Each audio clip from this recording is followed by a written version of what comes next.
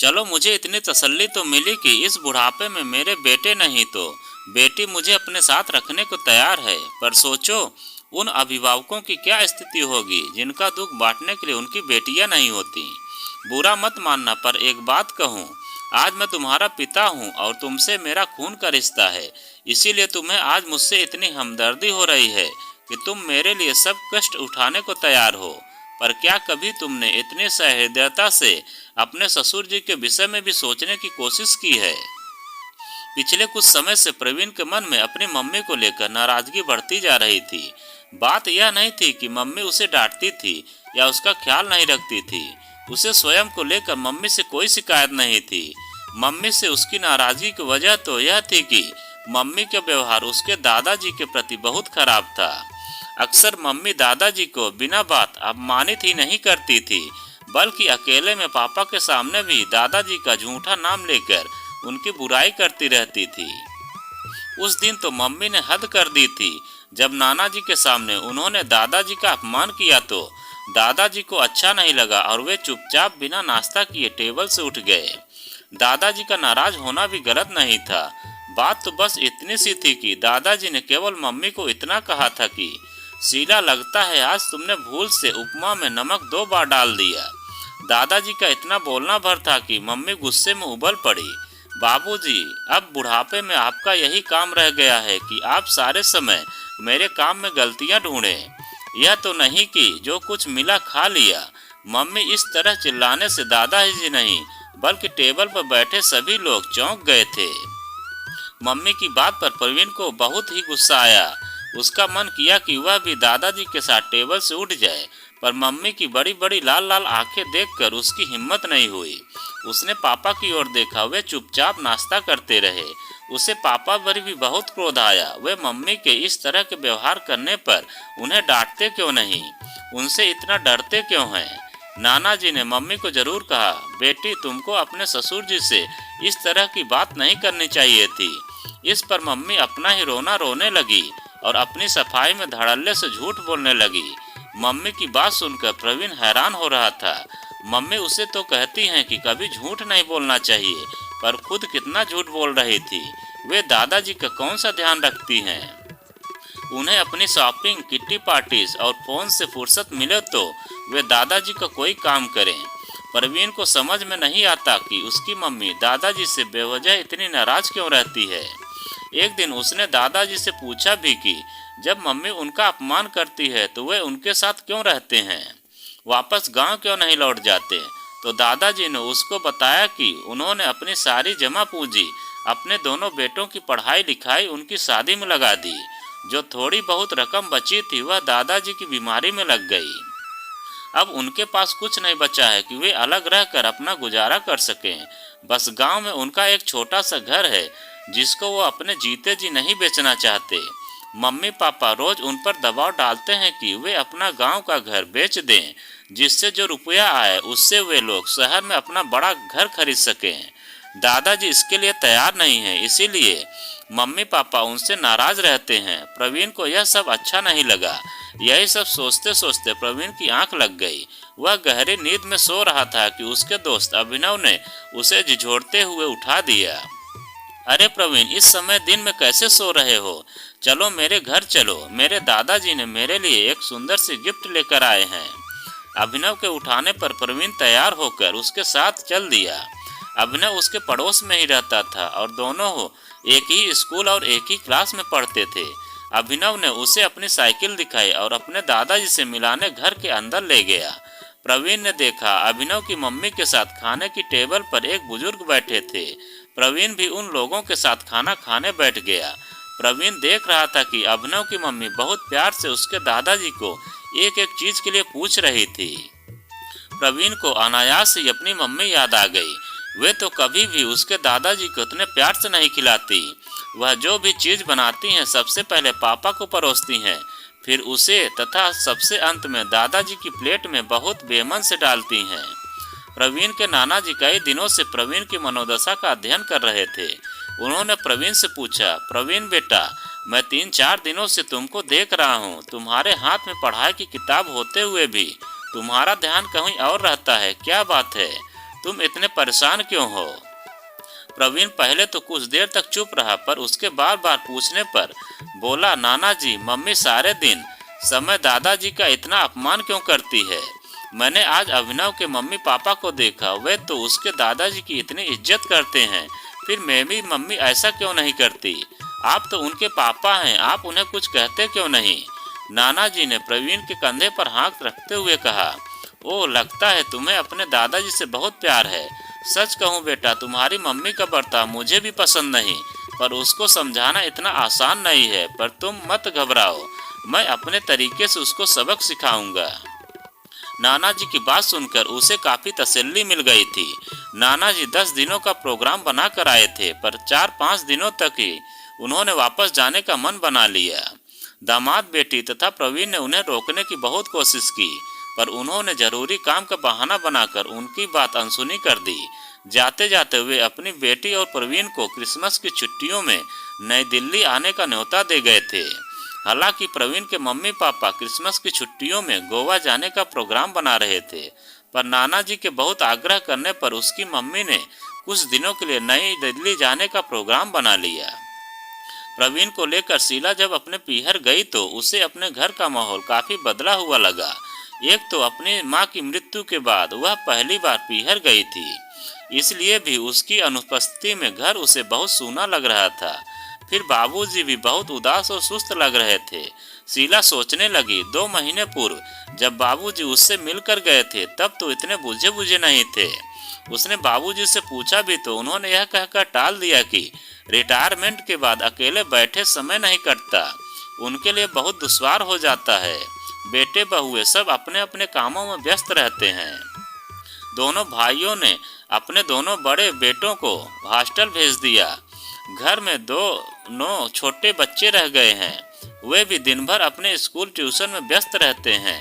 शाम को खेलने चले आते हैं, रात को भी उनके पास केवल टीवी पर अपनी पसंद का कार्टून देखने आते हैं। उस समय भी अगर वे अपनी पसंद का कोई कार्यक्रम देखने होते हैं और उन्हें रिमोट पकड़ाने में 2-4 मिनट की ही देर हो जाती है तो चिल्ला चिल्ला कर अपनी मम्मियों को बुला लेते हैं। बाबूजी, आप बच्चों को प्यार नहीं कर सकते तो कम से कम उन्हें रुलाया तो मत कीजिए। आप तो दिन भर टीवी देखते ही हैं, जब बच्चों का देखने का समय होता है तो भी आप बीच में उनको डिस्टर्ब करते हैं। शीला ने देखा, इस बार उसके भाइयों के रवैया में भी बहुत परिवर्तन हो गया था। रिटायरमेंट के बाद पूर्व वे बाबूजी का जितना मान सम्मान करते थे वह सब तो समाप्त ही हो चला था। अब तो बात बात में बाबूजी की अवमानना करने भी नहीं चूकते थे।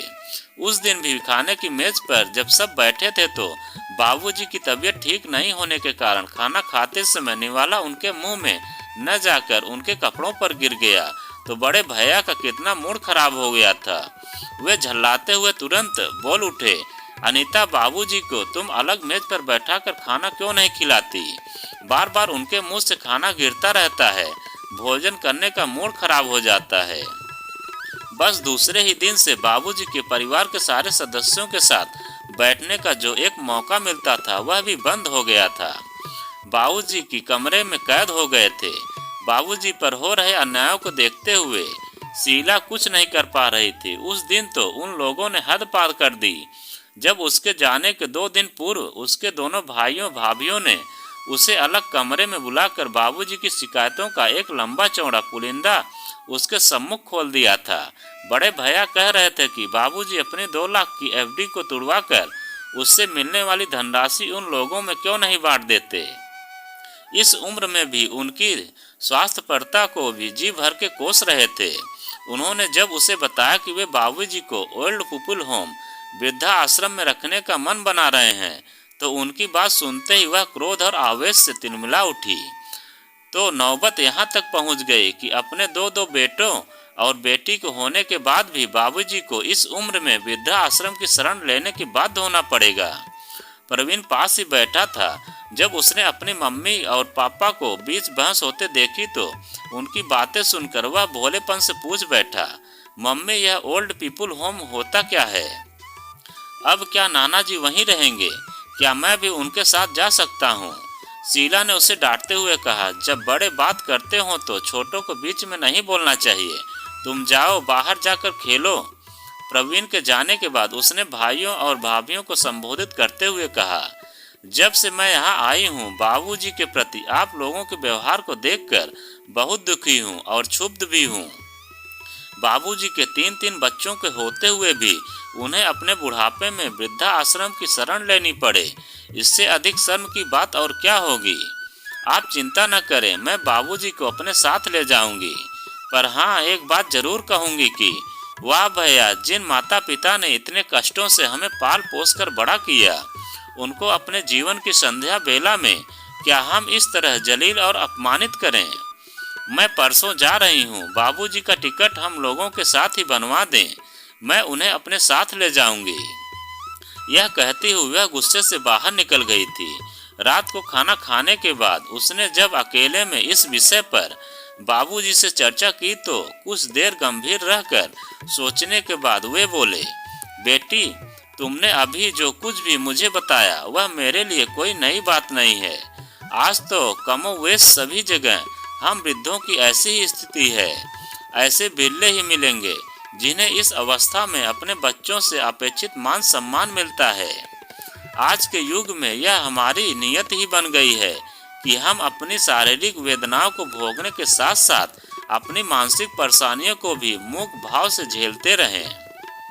कुछ देर रुकने के बाद वे पुनः बोले, तुमने तो इस लोगों द्वारा मुझे वृद्धाश्रम भेजने की बात शायद यह सोचकर मुझसे छिपाई कि मुझे यह बात गहरा सदमा लगेगा। पर आज दोपहर में ही प्रवीण मुझे तुम लोगों के बीच हो रही बातचीत के विषय में बताता हुआ पूछ रहा था, नाना जी, वृद्धा आश्रम क्या होता है? मामा मम्मी को वहाँ भेजने की बात कर रहे थे तो मम्मी उन्हें झगड़ा क्यों कर रही थी?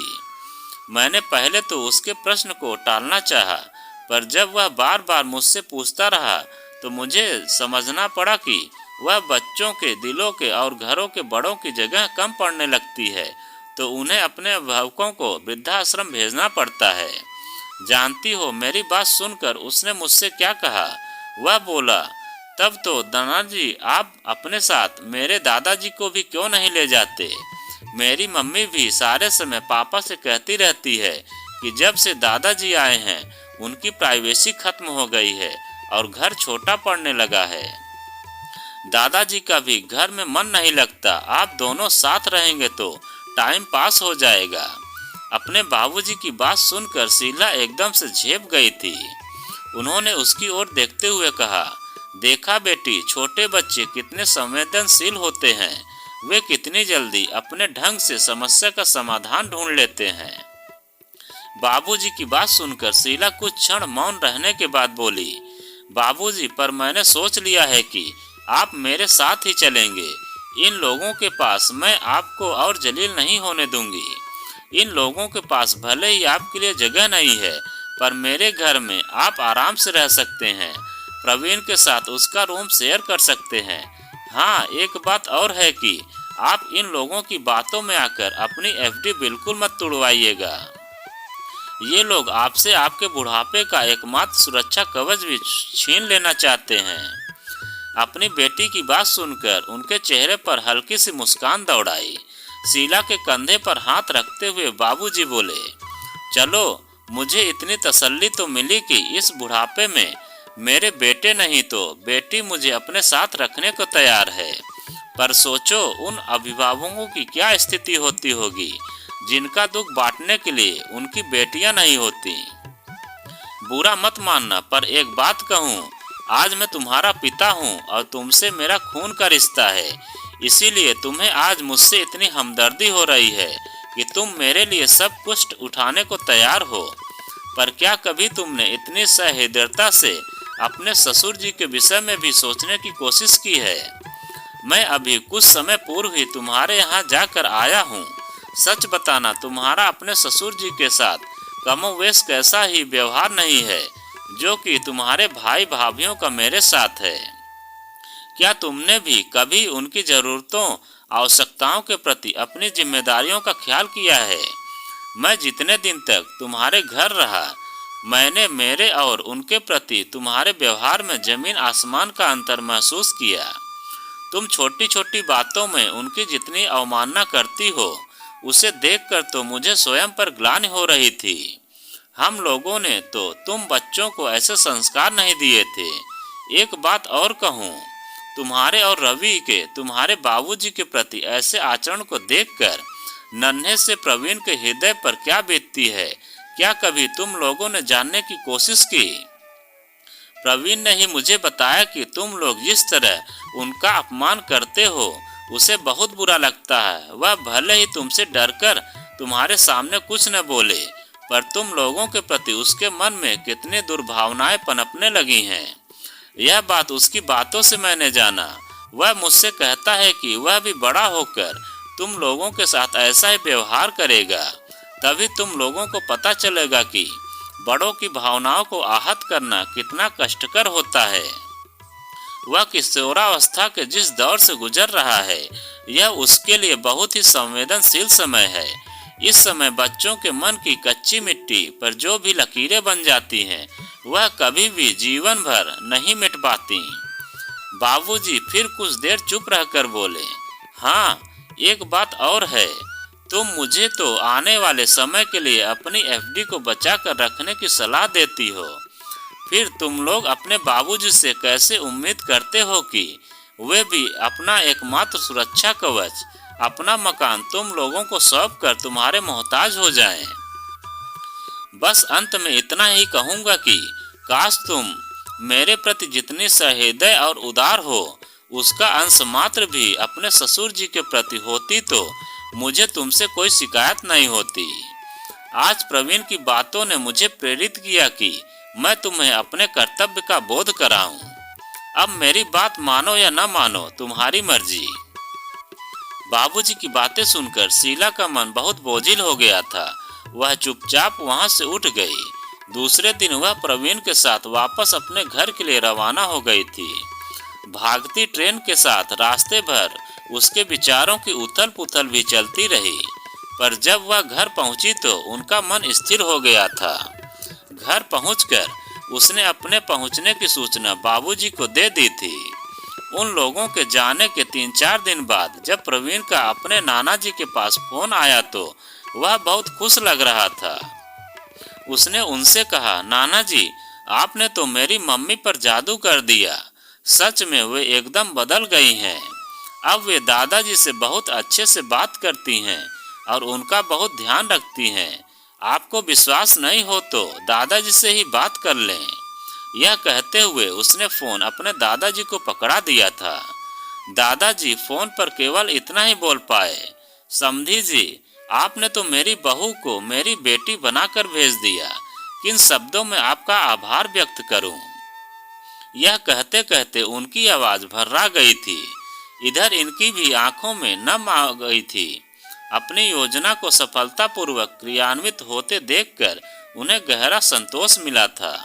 उन्होंने तुरंत अपने बेटे और बहुओं को बुलाया और उन्हें धन्यवाद देते हुए कहा, बच्चों, चलो, तुम लोगों के सहयोग से अपने ड्रामा का सुखद अंत देखकर मुझे बहुत खुशी हो रही है। तुम चारों की सहायता के बिना भला मैं अपनी बेटी को सही रास्ते पर कहाँ ला पाता। बाबूजी की बात सुनकर सभी के चेहरों पर हर्ष और संतोष की लहर दौड़ गई थी।